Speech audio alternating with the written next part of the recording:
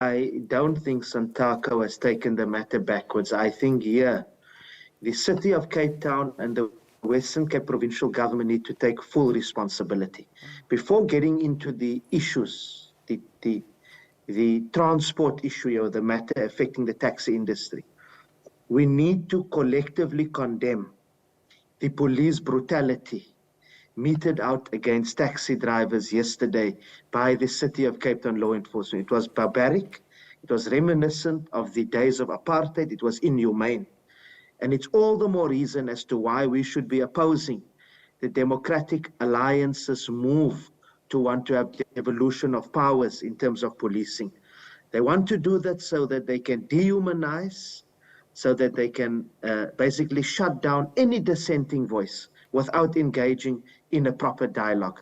They've got absolutely no respect for the dignity of our people. Yeah. And this type of reaction is now going to create much further tensions. It also has the potential to racially divide our communities, because there's going to be protests, there's going to be blockages, people are going to get, because that's been the objective of the day. But let me get to the issue about Santaco, and I'm not a spokesperson for the taxi industry. We can have our critiques.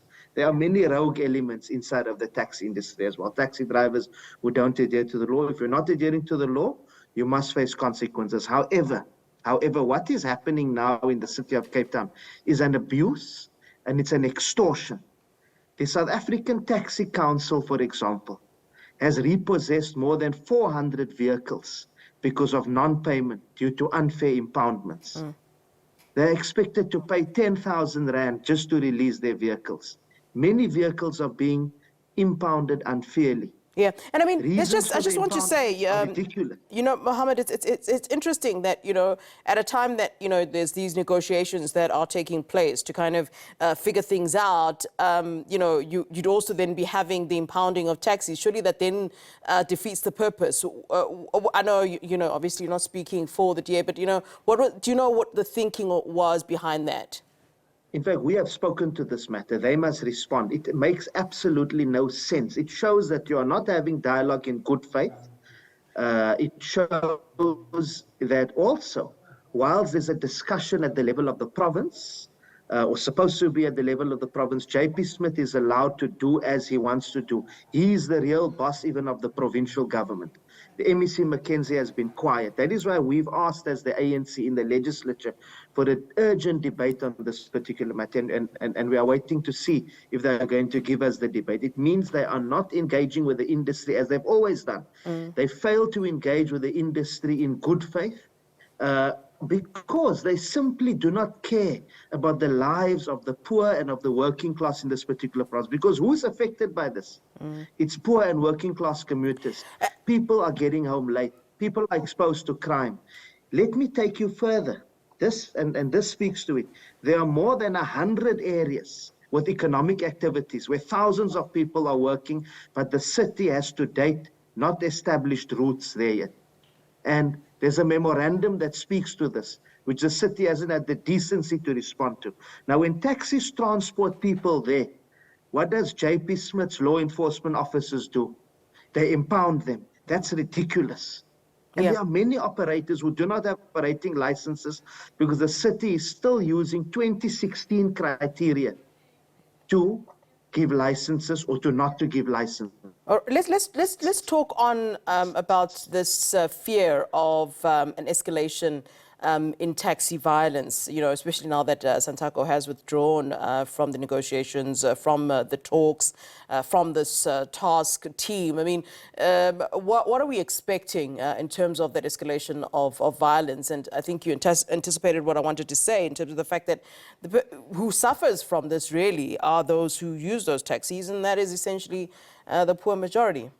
No, most certainly. So that is why our perspective as the ANC, we have always been saying, as we did last year, with our stakeholders, with our community leaders, with the South African Communist Party, SANCO and COSATU, our alliance partners, we are going to be making an effort to say, let's everybody get to the table. And we can understand also why Santaco has taken the position it does, because the city is not engaging in good faith. We are calling on the provincial government, and our public reps will do that in the city council as well as in the legislature, to say the city of Cape Town and the provincial government needs to engage in good faith. They cannot be engaging while at the same time doing what they're doing, impounding these particular taxes, as well as meting out police brutality.